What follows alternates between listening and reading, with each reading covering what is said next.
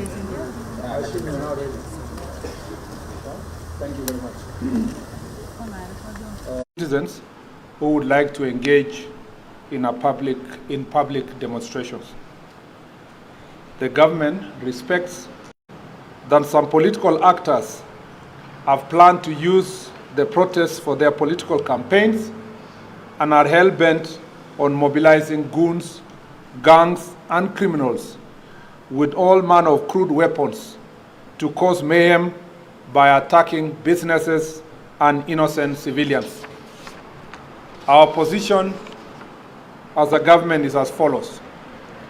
The government will deal decisively and in accordance with the law with any individuals or groups seeking to exploit legitimate protests to cause chaos, engage in looting, destroy property, disrupt businesses, or commit any other criminal acts. The Director of Criminal Investigation is already investigating reported cases of individuals who are currently and actively mobilizing and sponsoring some Kenyans to take part in violent activities and will be on high alert tomorrow. Those responsible will face the full force of the law.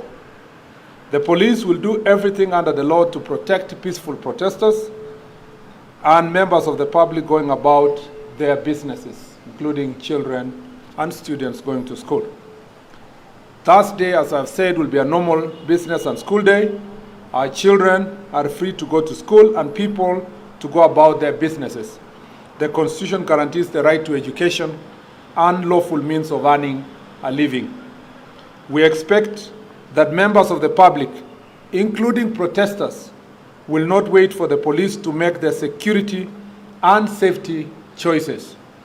Even if you are a peaceful protester and find yourself in the middle of goons and criminals, it is advisable that you make the right decision by disassociating yourself from this company. This will make it easier for the police to enforce the law. We have also noted with concern unfortunate utterances by some leaders, including from the religious society, inciting members of the public by insinuating that the government is in any way supports goons and criminals. For the avoidance of doubt, the government of Kenya does not condone or work with goons or criminals. The police are under instructions through the policy guidance of the Cabinet Secretary to decisively deal with all goons without fear or favor. In fact, it is clear that those who are insinuating that the government is working with goons, including those who, applying reverse psychology, tried to blame the government and the police on matters of violence and to try to tell the public that tomorrow the government is going to plan goons. It is now clear through the intelligence report being pursued by the DCI that the same people who are actually pretending to tell people to stay away from the streets and from demonstrations are actively, as we speak, through their agents and themselves, mobilizing goons to come tomorrow to the streets so that they can get an opportunity to justify their statements and to try to blame the government. Make no mistake, any person who is going to be procured by those people or any other person to come tomorrow to the streets armed for a violent protest will meet the full force of the law. We urge the public to cooperate with the law enforcement officers, and together let us always uphold peace, order, and the constitutional values that bind our nation. God bless you, and God bless our beautiful country, Kenya. I kept this statement that brief to give you an opportunity if there are any clarifications so that I can take more questions than I usually do for purpose of any clarification regarding a possible protest tomorrow. Any questions? Yes, proceed. I hope there is somebody who is giving you the mic. Who has the mic? Proceed. Maybe you shout. I don't know. Proceed. Shout. It appears we know who the problem is with the relations with police. Why don't we arrest these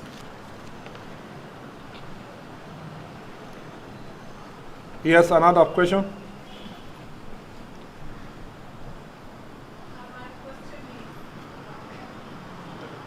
Louder. If you can introduce yourself and the question, it will help.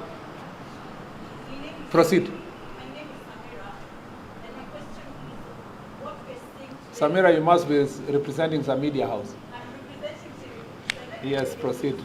Proceed. And what we're seeing today is that there's a report of what happened last year. And prior to the protest, you said you know the organizers and those planning to bring or infiltrate the protest. Why is it possible for you guys to take action prior to the protest so that we don't see the loss of lives and property? Thank you. I think your two questions are similar. Proceed. Yeah, Kenyan from people. We just want to make it clear.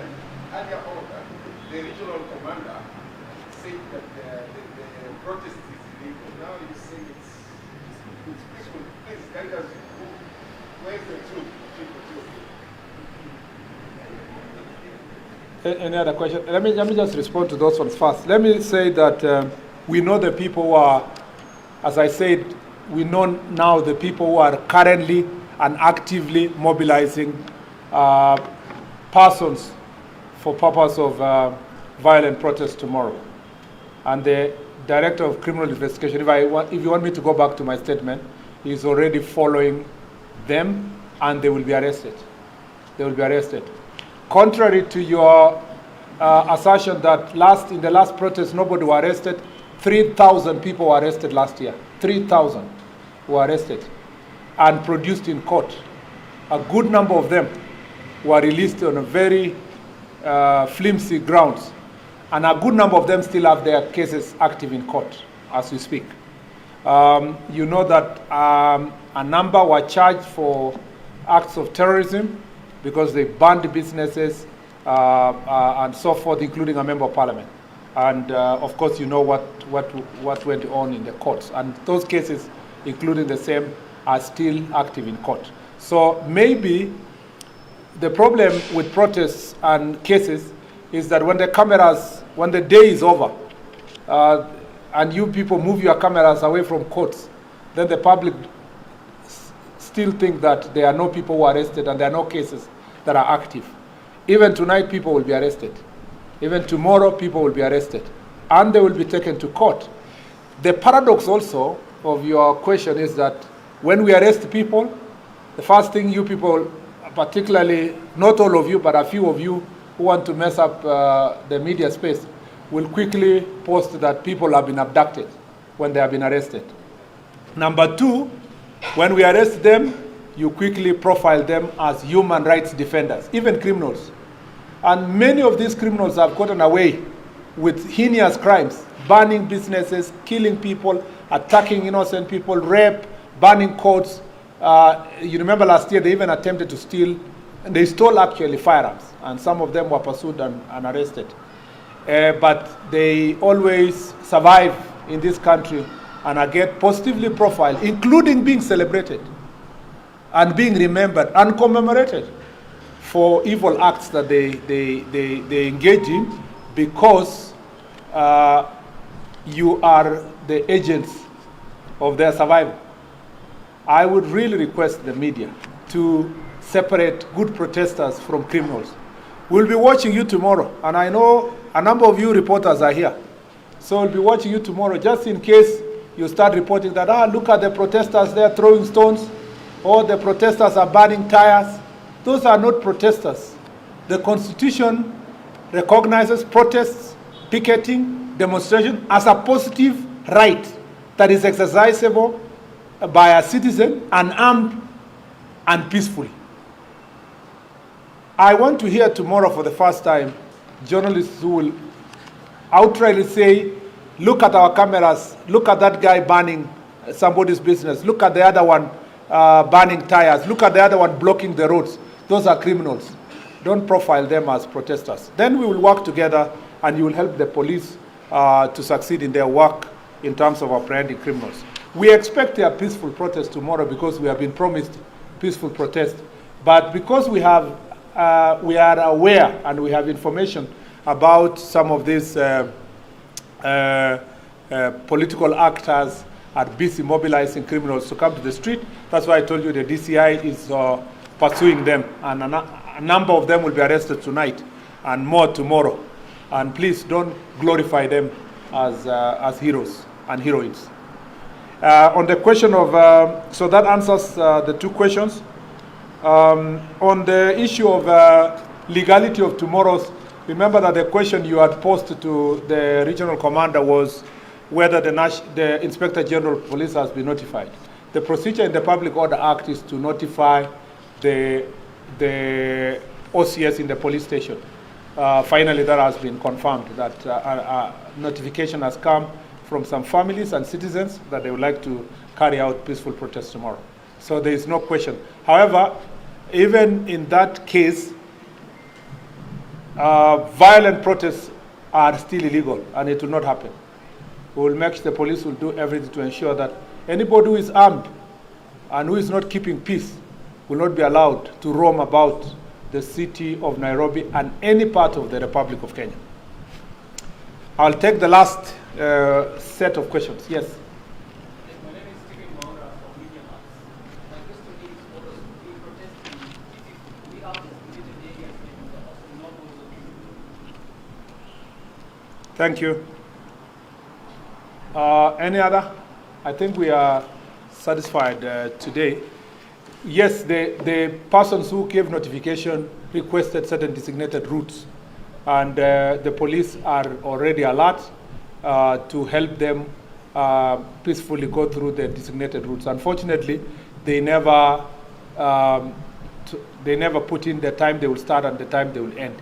But we have their telephone numbers. We'll continue in conversation with them so that they can tell us the specific routes we are going to pass through. But as I told you, the challenge has never been peaceful protest. And as has been said, there are many, many protests that take place in this country every day in different parts by workers, by doctors, by nurses, by different people. And usually it ends up being very peaceful protests, and police are escorting them and they do it successfully. Sadly, when we have the information as we have now, it becomes very sad. And let me tell you, maybe I should just give you a sneak preview of the kind of information we have. We have information that in a number of counties, particularly, I don't want to profile the specific counties, but counties near Nairobi and thereabout, that criminals are being mobilized to attack businesses of leaders and business people who are associated with the government. And so we are aware of some businesses, supermarkets, and other processing plants for business people who are not supporting the person who has organized the violence. And so the DCI is on the case of all those ones who are being mobilized and taken to go and loot supermarket and other businesses. What is the motive? We understand that the possible motive, this is still early, but the possible motive is that there are a number of businesses and businessmen who have refused to support certain politicians financially and their political ideology. In the process, they want to use the protest and the excuse of tomorrow's protest to target their businesses as a way of sending a message and blackmailing other business people that they must support his tribal agenda by force. So the DCI is on that case and it will be dealt with. Asanteni sana, and I look forward to successful tomorrow. You're also reporting Kenyans who will go about their business, and our children going to school and their right to education being respected so that everybody can succeed in everything they do. Asanteni sana, and may God bless you. Thank you.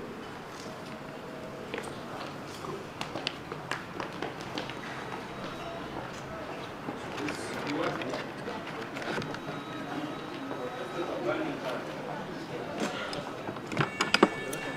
the other mic? Imagine it's only this one. No, that's